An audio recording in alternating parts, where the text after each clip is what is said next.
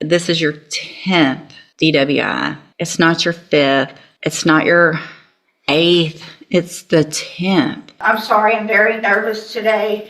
I'm asking you, please do not send me back to prison. I am definitely headed in the right direction. Your last sentence was for 15 years in prison. The one before that was for 10. Another 10 year back in 09. I mean, this goes back to the 90s. The fact is, we're just lucky that you haven't killed someone in our community. I just can't do it. I'm going to sentence you to a term of... Defendant is back in court for sentencing after receiving her 10th DUI charge. Despite years of legal trouble, she's still asking the judge to keep her out of prison. She points to her difficult childhood and past trauma, but many feel those explanations can only go so far. After so many arrests, it's clear she's running out of chances. In fact, it's surprising she's still legally allowed to drive. Do you think she deserves more treatment opportunities? Or is it finally time for prison after a 10th DUI? Let's watch what happens. Ma'am, are you Catherine Welch? Yes, Your Honor. And Ms. Welch is here with her attorney, Mr. Gertz. State's attorney is present. Ms. Welch was previously in court, entered a plea of guilty to driving while intoxicated third or more, as well as a prior offense, which made it a second-degree felony offense. There was no agreement with regard to punishment. I have received the pre-sentence report, and has everyone had an opportunity to review that report? Okay, is everyone ready to proceed with sentencing then? Yes, Judge. Yes. All right, then, argument.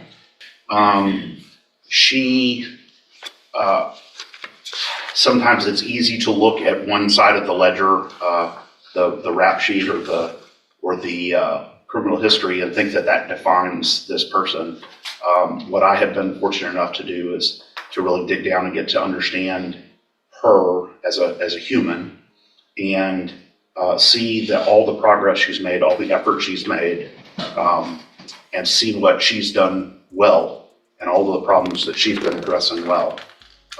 She's obviously very anxious about this day, but we've been looking forward to this day as well, to be able to present that. And I want to go down on the bottom of page 2, address what I was talking about in the CSI. So that I'm not saying that this wasn't the words that came out of her mouth, but when she was asked by one of the examiners in the probation report, she felt she needed treatment. She said she didn't feel like she needed treatment. She wasn't opposed either. I want to clarify what we mean by that. And I say this here, but what she would say, I think, is she did 90 days of detox rehab related treatment, has continued aftercare, has continued mental health care. But in terms of going to a program that is specifically targeted at people who are currently using or currently intoxicated, I think she thought that wasn't the direction that would be ideal. She will do whatever you want her to do, but I wanted to explain what that comment means. Additionally, we've been in contact with her current parole officer. They are willing to keep her on parole instead of revoking her, depending on what the court does here. And so that was encouraging as well. I think we had the same kinds of conversations with them about her recovery and about her efforts. And so I think that was an encouraging sign from them.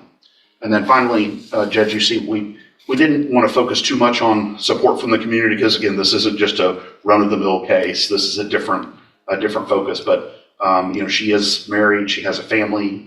She recognizes the impact that all of this has had on her family and her relationships, the strain it has put on her husband, both financially and also emotionally. And she accepts responsibility for that. Anything else? Would you like to say something, Judge? Your Honor, I just want to say that the past was fueled by drugs and alcohol. I take complete responsibility for that. I did not know from very young, when things happened in my life, that it it could have been, some of it could have been treated and stopped earlier if I had gotten help for my mental health. That, after I received this DWI, that helped me get myself to a place that I could go into a treatment program and deal with some of those past traumas. In the past, I didn't. I medicated and drank to just forget about the pain, just numb myself out. I didn't know how else to deal with that until when I got on my mental health meds, and I have bipolar, I have PTSD, and my mind back then was very chaotic. And I just want to say, after I had my mental health meds, I was able to go through treatment at Santa Maria in Houston, and that place really saved my life. I did extensive 90-day treatment with trauma counselors. It was a trauma-informed community there. And also, when I completed that, I worked an outpatient program, but I still lived on their facility. I went to the sex trafficking and recovery program, and I was in that for about 8 months, where I got the state paid for the counseling for trauma still. And I just worked really hard in that. I got a job while I was in there. And then once that program was over, I moved to a sober living facility in Oxford House in spring, and I worked there until I felt like I was strong enough to come home and do what I needed to do. And I was in the complete program for right out of a year. And I'm sorry, I'm very nervous today, and I know that my past record is, like Ryan said, atrocious. She doesn't seem like the worst person ever to stand before a judge, but her record speaks for itself.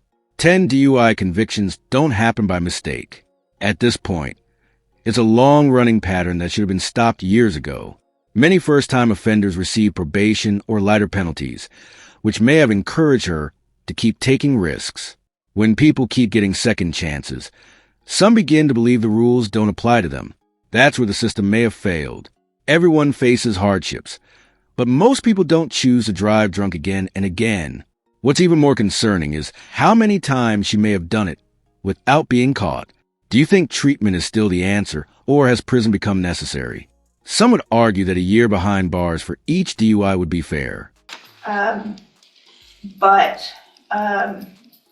You know, the things that I had to deal with within myself from when I was a little girl, those are things that you don't go to prison, even in their programs there, that you don't talk about. It's just, you just don't.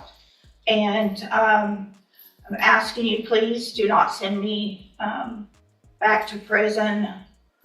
I want to move forward. I have moved forward in my life, and this year that I've been in jail has given me more time to think and know that I am definitely headed in the right direction. I have a sponsor. I attend AA at home. I moved on with my life as far as I could with my sobriety. I mean, I knew this charge was out there. And I think I made some really good choices with my Mid-County AA friends. They've helped me a lot, and I am open to anything. I will abide by all the rules and do anything that's asked of me. And I think, I know now that I'm responsible and capable of taking care of my business and my life. Thank you. So, Ms. Welch, Ms. Malfino probably said it yet best, and I get this often, and they don't. envy my position, and this is the worst part of my job. But I worked hard to get here, and it's my job. Part of my job, it's several things, and it's to look at, obviously defendants and giving chances and things like that, but it also is about making our community safe. And I have to look back. This is your 10th DWI. It's not your 5th.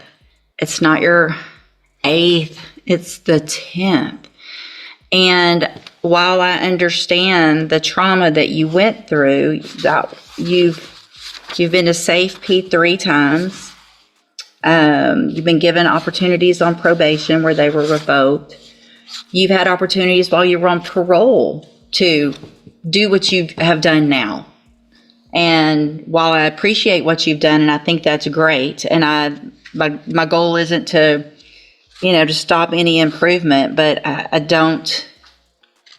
can't, in my opinion, in good faith, go home tonight, look myself in the mirror and say I gave somebody on their 10th DWI, that your last sentence was for 15 years in prison. The one before that was for 10. The one before that, you've gone to another 10 year, back in 09. I mean, this goes back to the 90s. You got a 10-year sentence in 2011. While you're on parole for that one, you get another one. So they give you 15 years and you get out and you're on parole and you do it again. The fact is, we're just lucky that you haven't killed someone in our community 9 times over, being given opportunities. I just can't do it. I'm going to find that you entered your plea of guilty freely and voluntarily. I'm going to find and your plea of true to the prior offense. I'm going to find sufficient evidence to find you guilty, and at this time find you guilty of driving while intoxicated. I'm going to sentence you to a term of 18 years in the institutional division of the Texas Department of Corrections. You will receive credit on that sentence for any time that you've been in custody that the law gives you the right to receive. You're going to be handed a trial court certification that shows this was not, well, I guess there was an agreement because the waiver of the enhancement, which could have been a 25 to life, as Mr. Gertz said. So I'm going to hand you the certification that shows this was an agreement. You've waived your right to appeal. I'm also handing you a written admonishment regarding your ineligibility to possess a firearm or ammunition. Possession, because of the judgment entered against you, you're ineligible under Texas law to possess a firearm or ammunition. Possession of a firearm or ammunition could lead to charges against you. You should read the written admonishment I provide you. If you have any questions about that, you can talk to Mr. Gertz. And Ms. Welch, I take no pleasure in this. This is extremely difficult for me. I understand to some extent addiction, and I understand that you are on a better path. However, there have been plenty of opportunities in the past where you were on a better path and you got back out and you got back on our roads again. And so good luck to you, ma'am. Thank you, Mr. Gertz and Ms. Malfino. Court will be adjourned. Given the circumstances, the sentence seemed inevitable. You can tell she feels remorse, but it's difficult to ignore the many chances she was already given. The judge even noted that previous opportunities for change were wasted. At some point, actions matter more than apologies. While she said she was sorry and didn't want to return to prison, 10 DUI convictions are hard to overlook. Most people learn their lesson after one DUI. Reaching 10 shows a serious pattern of reckless behavior. Some may think an 18-year sentence is harsh, but when you consider lives that could have been lost, the judge's decision becomes easier to understand.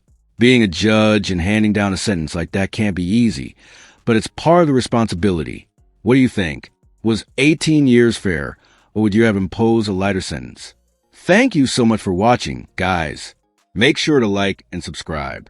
Take care, everyone.